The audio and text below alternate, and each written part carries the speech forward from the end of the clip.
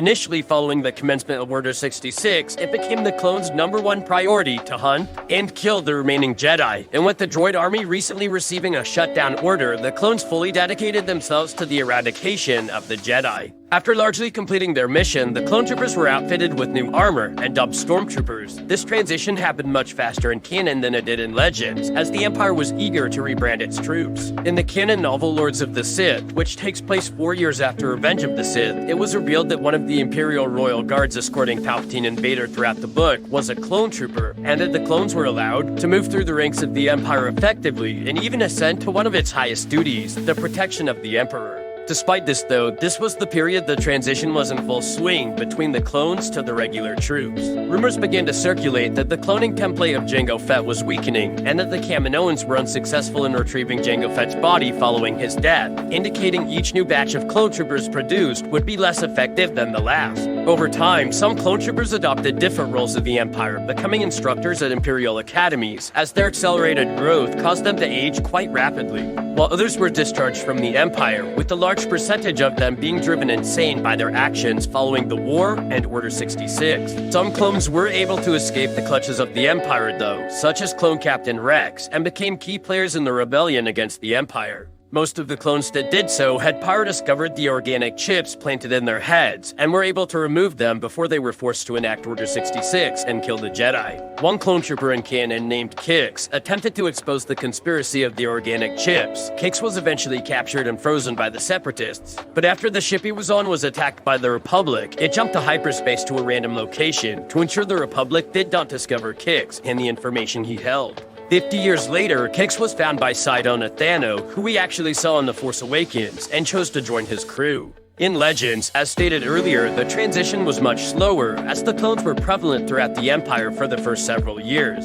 The 501st and many clone troops just following the rise of the Empire took place in one of the largest battles the Empire would see, as they attacked the planet of Kashyyyk. For days, the clones fought against the combined might of Wookiees and Jedi, until with the aid of Darth Vader, many of the enemy forces were crushed, and the Wookiees were enslaved by the Empire. This event was considered both Vader's and the Empire's first major show of force. Vader himself requested all troops under his command remain clones, as he had gained a huge respect for them and their abilities while commanding them during the Clone Wars. In Legends, the clones becoming agents for the Sith was much smoother than in canon, as they were pleased to continue to fight, rather than slowly be spread throughout the Republic and be used mainly as bodyguards. The clones' nature also slowly changed, as they began to revel in the deaths of civilians and destruction of pieces of insurgency, as the original template's Jango Fett's aggressive nature emerged. However, the Empire did eventually begin a transition to regular soldiers, and the caliber of the army began to decrease, as Commander Cody would note. Since the Empire has redirected the clone trooper program to other pursuits and stepped up recruiting inferior humans from the Outer Rim, the operational effectiveness of this army has declined significantly. It was later revealed this was because the Caminoans were personally sabotaging the newer batches of clone troopers as they grew to hate the Empire.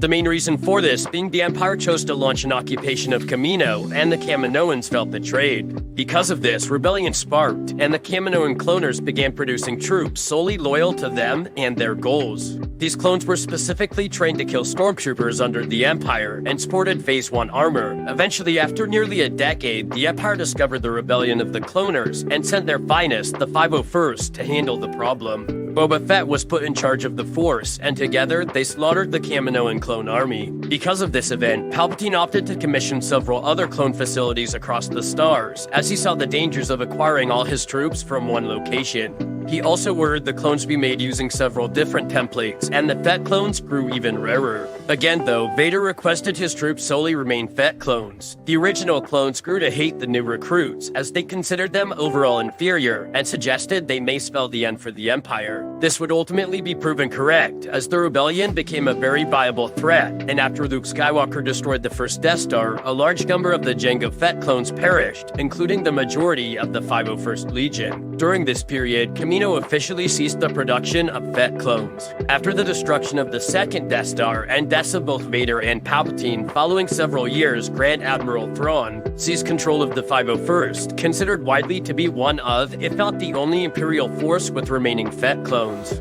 However, after Thrawn's own defeat, this would be the last emergence of the Fett clones, as it was revealed the last clone was produced in 4 ABY, meaning after the Battle of Yavin that occurred during the time of A New Hope. At this time, the clones were considered to have officially died out.